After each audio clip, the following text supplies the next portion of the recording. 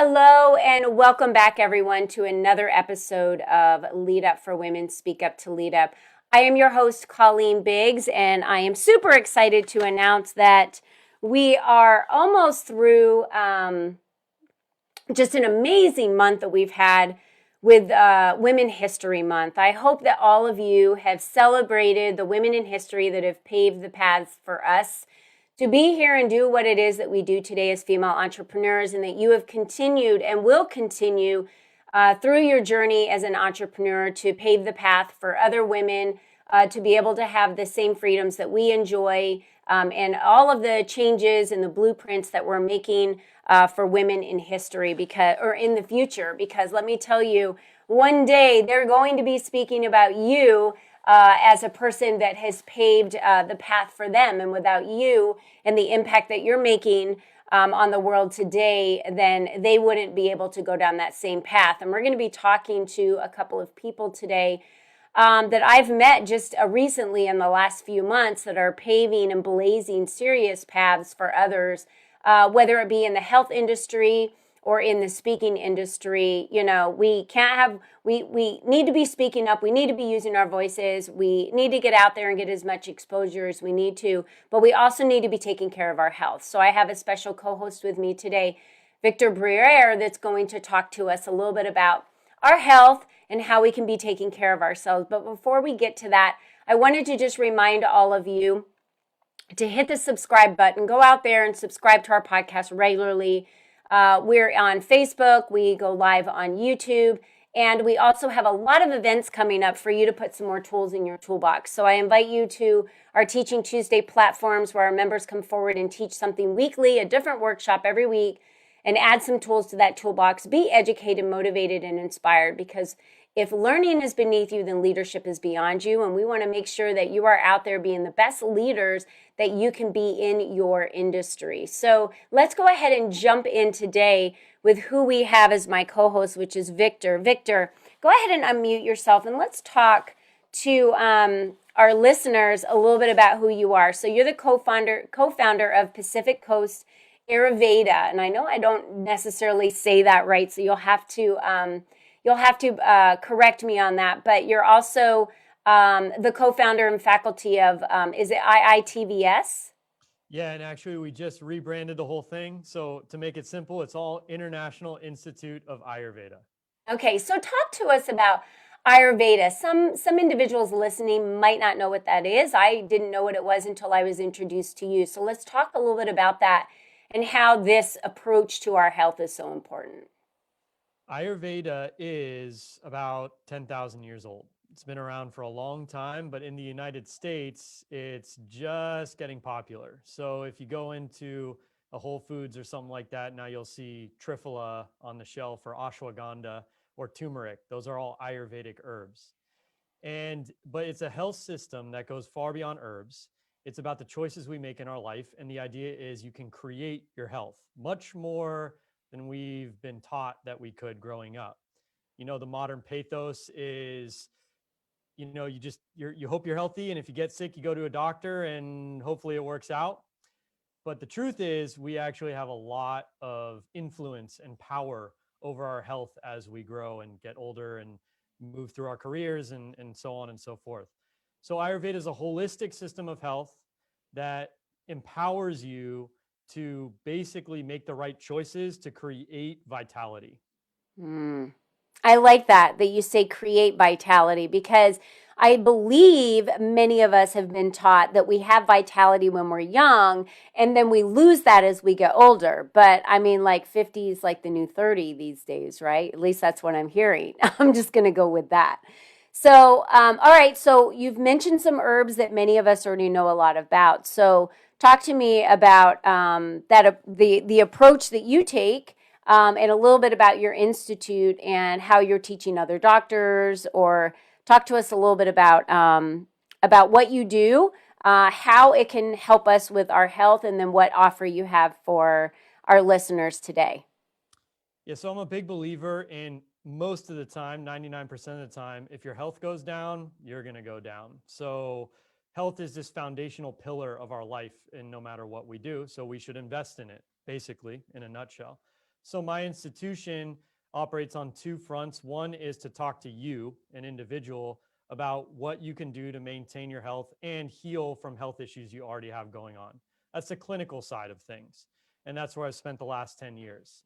Very recently, I opened up my academy, which is the International Institute of Ayurveda Academy. And that's where we educate other Ayurvedic professionals on how to be Ayurvedic professionals.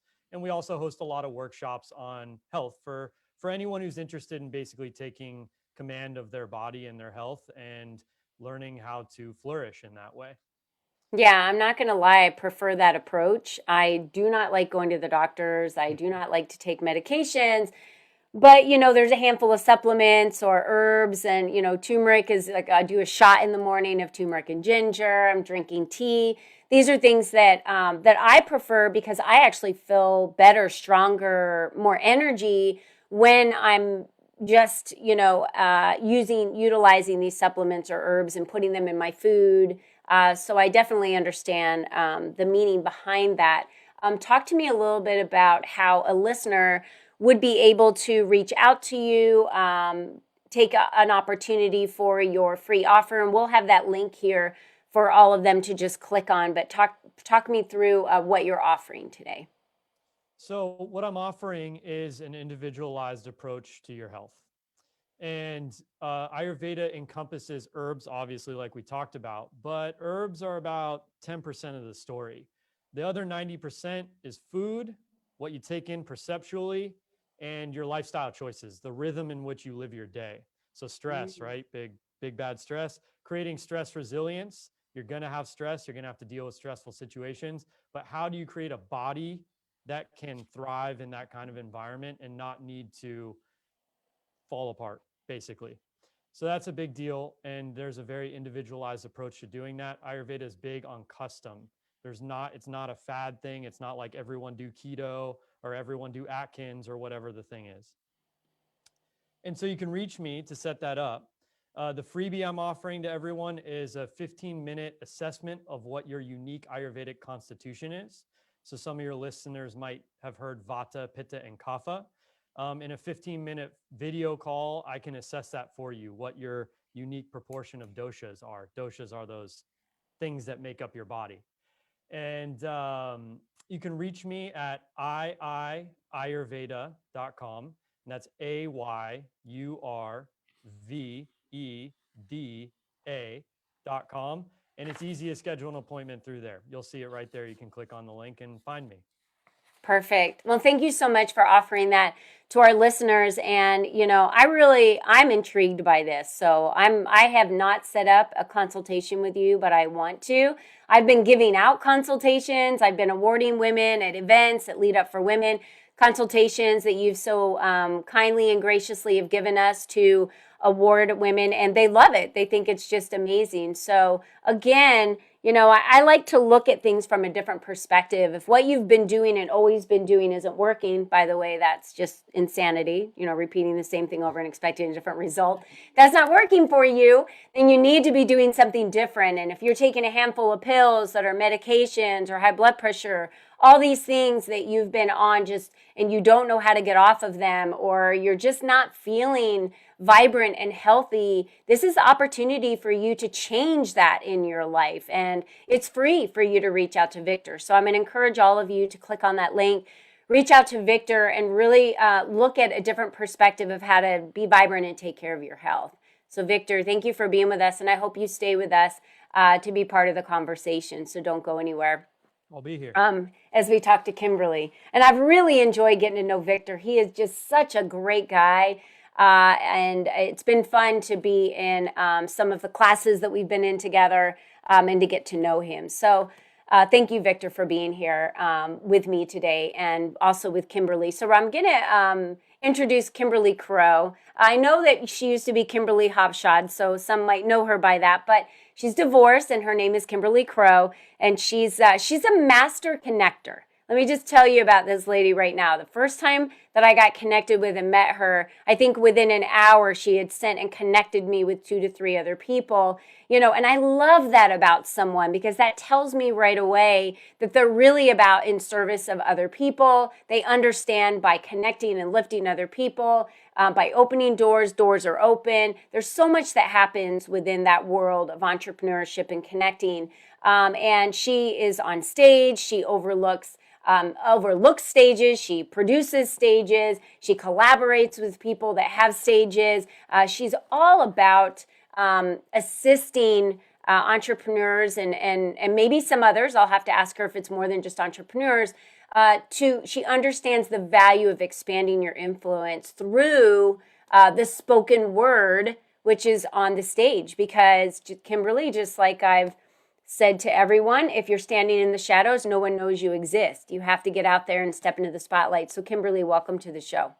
Colleen, thank you so much for having me. What a wonderful introduction. That was very kind of you. Glad to be here with you and your tribe. Well, thanks. I'm not about just reading bios because you can tell me what you do and, read a bio. I really want people to know how I met you, what you mean to me, and my perspective in being a friend with you and the opportunities that you've already given me. So let's dial it back a little bit because I know you come from the corporate world. I know that you've had a different world in the past. So let's talk a little bit about why your path from where you were in corporate and then where you went into the entrepreneurs rocket fuel, a lot that you were working with the entrepreneurs, and now you've really whittled it down to the speaking opportunities. So let's talk about that journey a little bit because I believe there may be some listeners that are on journeys right now to really kind of dial it in and understand their lane. Colleen, you're absolutely right. I did maybe what a lot of your listeners did. When I went through school, I went to college, and after college, I did what they told me to do, and that was get a good job. Right? I went into corporate, and I worked there for 17 years for a company. I always say 15 of them were good, but I was working there for quite some time, and I really did have a good time for about 15 years. And I was working my way up that corporate ladder. And when I sort of got to the top, I went from sort of an entry-level position all the way up to an executive director level position at this Fortune 1000 company. And when I got there, I sort of looked behind the curtain and I was like, wow, this is not even a ladder I want to be on. Right. And how did that really happen? Like, this is not what I'm supposed to do with my life for the rest of my life. And I felt really that feeling that a lot of people may know is golden handcuffs, right? I was making a lot of money because I was really good at it by now. And I had gotten raises and promotions, but I didn't want to do it.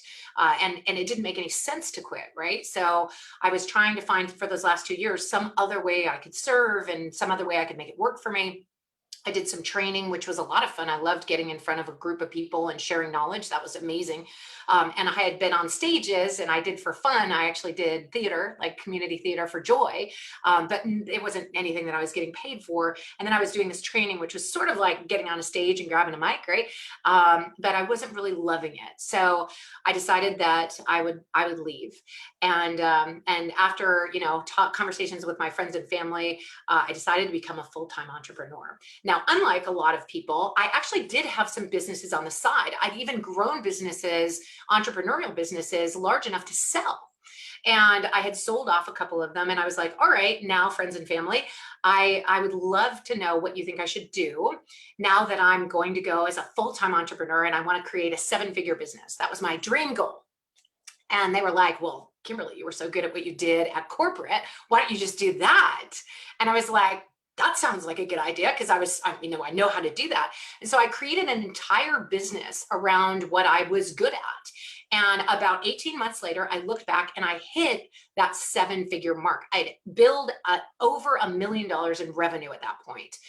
And instead of feeling like a champion, I actually felt this terrible feeling overcome me of like this depression, this sadness. And I realized that I had created a job around what I was good at. Apologies. There's another story to that. But I created a business around what I was good at, but not around what I loved doing. So I didn't have any way to like get out of that. And I was now responsible for other people's paychecks. I had vendors, I had clients, I had contracts I had to fulfill on, and I didn't want to do it. But now was not just in golden handcuffs, I'd created a golden jail cell. Mhm. And this was a really hard time. And I had what Brene Brown calls as a spiritual awakening, also known as a breakdown, right? And I went out onto a literal mountaintop to find the answer. Lo and behold, it was not up there. But when I came back down, I'm not only an entrepreneur, I'm also a mom. And I met my son at the door and he said, Mom, I have a problem. He was 15 and a half. And I was like, great, someone else's problem to focus on. Because as a mom, we're like, I want to do anything other than focus on my problem, right? So I was very excited, like, to help him with something and to distract myself from what I was going through. And he was like, I said, what's up? He said, I'm 15 and a half. I'm going into summertime and I'm too young to get a summer job, but I'm too old to get into summer camp, to go back to summer camp, because I'm 15 and a half and that's boring and stupid now. And I'm too old for that. Right. Plus he was taller than all the camp counselors. And he's like, I'm not doing that. So I said, well, you know what you're never too young or too old to do is be an entrepreneur. So let's create a business around something you love doing, just something that's fun. Only something that's totally joyful and fun. And we'll do it as a summer project together. So he and I created a business around what he loved doing. He loved telling stories. He read stories to the kids at the library. He loved children. He loved acting. He loved improv. He has a great voice, did character voices. And we created this business around him becoming an audiobook narrator. And we had so much fun creating this business that we built more business than we could handle. And so the two of us actually had to start teaching a course, training again, and getting on stages, teaching a course on how to be an audiobook narrator and voiceover artist. And we got so many people in our class that we decided this is really our passion and our love. So we moved it into this business over here. And I decided then and there that I would never do another business just because I was good at it. I would only do a business if I really loved it, because that's what carries you through the tough times, the hard times, and it really shows up in who you are as a human being. So your business actually thrives. Yeah, absolutely. And thanks for sharing that with us. And I'm sure it's burning on everyone's mind right now. Whatever happened to your other business? Oh, actually, it was great. I did position it for sale. I put one of my really awesome employees in charge of it. And I was like, we're just going to run out the contracts. We're going to fulfill on what we have, but we're not bringing any new business in. And that actually sustained me while I was transitioning into this new business. So it was a glorious decline. Yeah. I totally understand that. And what a way to, and I think you said something very important that I just want to anchor back in for the listeners, which is you have passion, having purposeful passion for what you're doing will carry you through just the difference of being an entrepreneur versus being a purposeful, passionate entrepreneur, right? Because if you think of it as a sliding scale, we hit the wall on things that might be tough for us to do. And we tend to then kind of go a different path to do something else and then hit a wall and come back down. But the purposeful, passionate, driven entrepreneur breaks through that ceiling because their passion continues to drive them through that. They don't have that burnout. You know, people ask me that all the time, Kimberly, and I'm sure they ask you that the same thing. How are you able to put so much time and effort and work into what you're doing?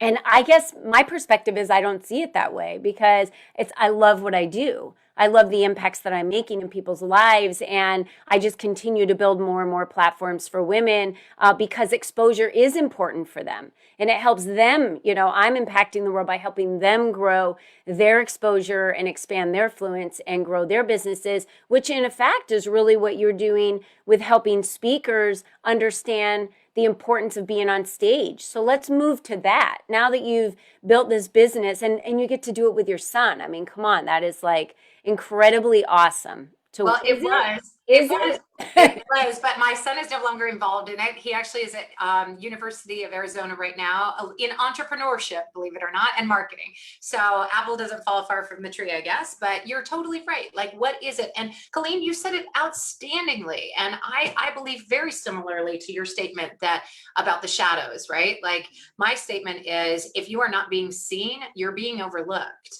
And I've met so many entrepreneurs and they come from the heart. They're doing the right thing, but they will tell me, I get all my business from referral. And I think, well, if that's true, then you're not making the impact in the world that you could make if you got on stage and spoke one to many, because really you're hiding behind a door. You're waiting for the business to come to you through that door. And if it doesn't come, you're not going to have any impact on their lives, right? So getting on a stage gives you a chance to be seen, be heard, and stop being overlooked. And that really is how you make an impact in the world in a positive way. Actually, I know everybody uses the term impact, but I like during the conversation to switch it to, instead of impact, to contribution, because I feel like that's less violent. Impact's a big word. Impact's Right? a big word. Yeah, I get that. And it is a contribution. And I was reading a book the other day, and basically, the what I was reading, it's kind of the same stuff, that we hear over and over again, but everyone has to hear it from a specific person before it actually registers with them, right? Like a specific voice, a different perspective. And we each come here with unique gifts. I mean, that's why our fingerprints don't match anyone else. There really isn't another person out there that has, it's not that everyone sits there to go like, what is it that makes me different and unique? What makes you different and unique has a lot to do with the experiences you've had in life, what you've done and where you've been, and the skill sets you've acquired along the way, right? That's part of the piece. It's not like you just came out of the womb ready with all these gifts and experiences, right? A lot of it has to do with the experiences that you had to experience in corporate America. Kimberly, you and I have very similar stories of corporate America and working our way and then going like, this is it. This is not what I was thinking, right? And I never really saw myself as that entrepreneur. And then when I got out here, it was like, whoa, this is an amazing world, and I want to stay here, right? This is what I choose to do. And then how now, beyond that threshold, am I able to contribute to the lives of others? And believe it or not, I've heard many people, and have you heard this, Kimberly, that they've said, I don't really know what it is that I contribute or how unique I am. I don't really have a quote unquote story yet. Have you heard that before? I certainly have, and I think because we're living it, we can't see it. It's as you are the fish, you cannot see the water, right? You just don't know it's there, so you can't experience it because you're in it right now, and that can be a challenge. But when you start speaking up and sharing your story, as ordinary as it may seem to you, you're going to start to get head nods in those audiences. And I know that you know this because you do Speak Up to Lead Up, and it's a fantastic message, right? So you start speaking and you get those head nods like, oh, I know what that is. I didn't know I was the only one stuck. I thought I was the only one stuck in golden handcuffs, and I was the only one stupid enough to want to jump off a ladder where I was getting paid really well, right? Like, but there's so many out there, right? And when I would tell that story, people were like, oh my gosh, I know what that's like. Or my sister went through that. Or, oh my gosh, yes, my mom became an entrepreneur because of that, or whatever it is, right? And that power of telling your story makes it like other people will resonate in their own way. And you're the only one that can tell that story. I think it's Wayne Dyer that said, don't die with the music inside you. If you have a message to give, which, hello, you do, whoever you are, you have a message to give. If you have a message to give, then you need to get it on an opportunity to speak that message into experience. And if you die with it sort of inside your brain and inside your heart, then nobody else gets to learn from, share with, experience that message. So as you are passionate about getting people on stages and handing them a mic, I am as passionate about doing that. And I think that's why we resonate so well together. Yeah, absolutely. So talk to the listeners and give them a couple of tips just for starting out, right? Because there's some fear sometimes that's encompassed and circled around the thought of being on a quote unquote stage. Now, stages look a little bit different today than they have in the past.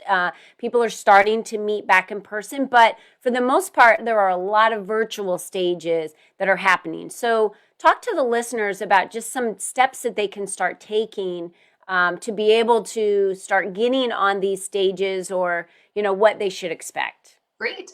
So you bring up an excellent point. Oftentimes I'll talk about getting on stages and people will see in front of them, like a TEDx stage or a stage in front of, 100 people where it's a physical stage in an auditorium. And they're like, that doesn't exist anymore. But a podcast is a stage. This right here, a YouTube, Facebook Live is a stage. It's any opportunity where you're able to communicate one to many. Right? So it could be a podcast, radio show, TV show, Facebook Live, YouTube show, webinar, web summit. All of those are virtual summits or virtual stages. And then you also have other stages that are live in-person stages. It could be networking events. If you're at a networking event and you stand up and you tell the room, everybody does that, that's a stage, right? You get to stand up and give 10 seconds to 30 seconds on who you are and what you do. That's a stage to be able to make an impression, right? So those are all available to you, even during COVID.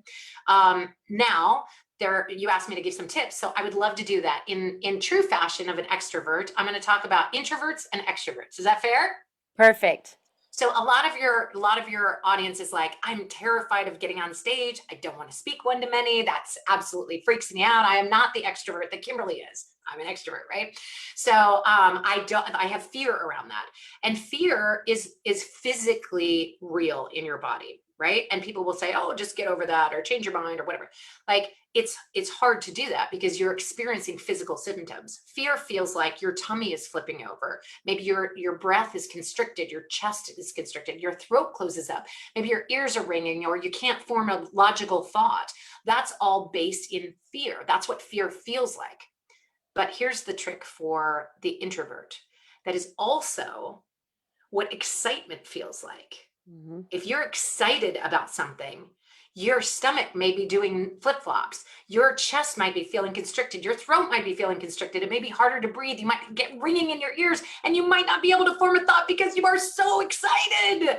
So my suggestion to you, for all of you introverts out there, is to shift your mindset to anytime you say, I'm afraid to get on stage, to say, I'm excited to get on stage. Colleen, I noticed you did that right out of the gate. You were like, I'm excited. Today we're going to talk to Victor, who's amazing. And we're going to talk to Kimberly. And you were very excited about it. And you show that. And it shows up that way because you have the mindset of, I'm excited. Mm-hmm. And that's my little tip for introverts. Yeah, I love that. It's a great tip. For our extroverts out there, if you're a proud extrovert, throw it in the comments. I'm a proud extrovert, because all of my extroverts will type in capital letters, I'm an extrovert, right? That's awesome. But our problem is different. And we do have a problem. We could grab a mic anytime anybody hands us one. Absolutely, I'm on stage, can't wait. Our problem is different. Our problem is that we don't have a clear message when we get up there. We'll grab a mic, and I've seen this over and over, myself included. We'll grab a mic, we'll be fantastic on stage, people will love us, they'll be like, gosh, I really liked hearing Kimberly, but there's no point. And at the end, they're like, well, she was funny and all, but I don't know what to do next, right? Like I have no idea what I'm supposed to do. She was interesting, and then what, right? And there's no point, there's no construction, there's nothing for them to follow. So my suggestion for you, extroverts out there, and this works for introverts too, before you get on any stage, you need to know two things. Number one is, before I get off that stage, how do I want the audience to feel? What do I want them to feel? Mm-hmm. Do I want them to feel excited?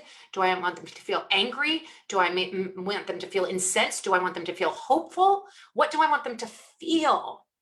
And then number two is, what do I want them to do? Do I want them to check out my website? Do I want them to grab my downloadable? Do I want them to buy my stuff? Do I want them to just nod and smile in the audience? What do I want them to do, right? What's the next logical step that they can take in their journey to be with me? So when you get on stage, if you know those two things before you get on any stage, you will be much more successful at connecting with your audience. Yeah, you never want to get them all excited and then leave them wanting more, and then they have no idea what to do. So that call to action is so important when you're on stage for anyone who grabs a mic. Absolutely. So Kimberly, since you gave those tips, and thank you so much for sharing those, talk to our listeners about how they can reach out to you to start booking some stages, because many of our listeners, they are entrepreneurs. They are looking for opportunities to expand their influence, to speak up because they want to be a leader in their industry, and speaking is one of the best ways to do that. So how can you offer that to them? Awesome. Well, as a matter of fact, before we got on this stage, one of the things I asked myself, and you asked me, is what do you want the audience to do at the end? So we talked about that, right? So I would love to invite you to play with me. I actually have a website that you can go to where you can register as a speaker. And whether or not you just want practice speaking, or you need some guidance and help in constructing what you want to say, or whether you're an extrovert, or whether you're a fully prepared introvert and you're like, I just want to grab the mic, or whether you want to book multitude of stages and you have a certain number that you want to get, or if you have a stage of your very own and you want to get guests for it, we have this link that you can go to and register on entrepreneursrocketfuel.com. And I'll give you guys the link, and if you want to share that, that would be great. And then you can register as a speaker to be able to just let us know where you are now in your journey and where you'd like to get to. And we have resources, all kinds of things. We have lists of stages you can get on. We have right now places where you can apply to speak, all kinds of different things. And then if you want to play with us a little further, Colleen actually has a link for you that will allow you to come on weekly calls where we will meet once a week, and we have 90 minutes of something called Speakers Playhouse. And Speakers Playhouse is a great opportunity for introverts and extroverts alike to get together, network, talk about the stages they were just on, share stage opportunities. If they are a host of a stage, to drop links to apply as a speaker. Podcasts are on there. You can just load up your calendar with opportunities to speak and meet other speakers in your same niche. So we would love to invite you to do that as well. That's amazing, Kimberly. Thank you so much for that offer.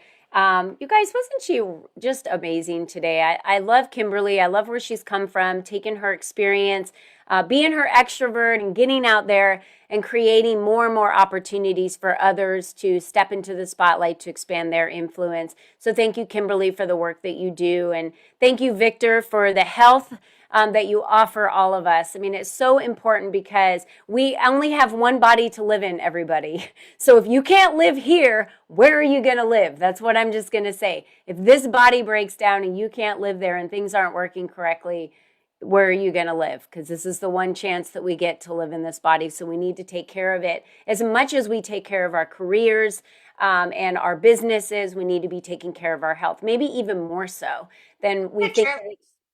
Sorry, Yeah. I was just going to ask Dr. Briere, isn't it true that turmeric is now being linked in a positive way to anti-COVID behavior, or it's being linked to all kinds of things that are really positive during pandemic as well. Is that right? Yeah, turmeric and a number of other Ayurvedic herbs they can create great resilience in your immune system and immune activity. Mm-hmm. But that being said, you don't just want to run out and buy a bunch of turmeric and eat it, because like anything, that can have negative effects on your body too. Great point. Excellent. All right. So I'm a big fan. I think that's really awesome.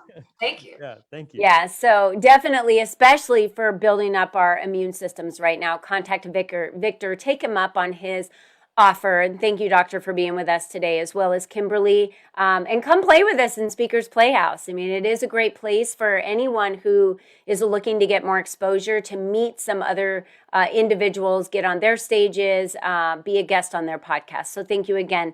And talking about guests, next week we're going to be meeting with Lisa Sung Sutton.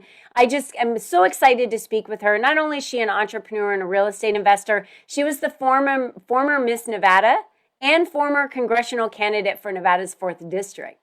So that all meshed together is going to be an amazing conversation that I can't wait to have with her. And my special co-host is Lisa Reed. What I love about Lisa is she is a female that will work with women and men in going through their actual talk for getting on stage. You know, what you say on stage is just as important as your appearance on stage, just like Kimberly was talking about. What you say is just as important. So we need to make sure that we have the right talk put together for presenting ourselves the right way and our message is clear. So again, thank you everyone for joining us today. And remember to subscribe to be able to hear all of our future guests talk about their journeys and their offers that they have for you present in front of you today.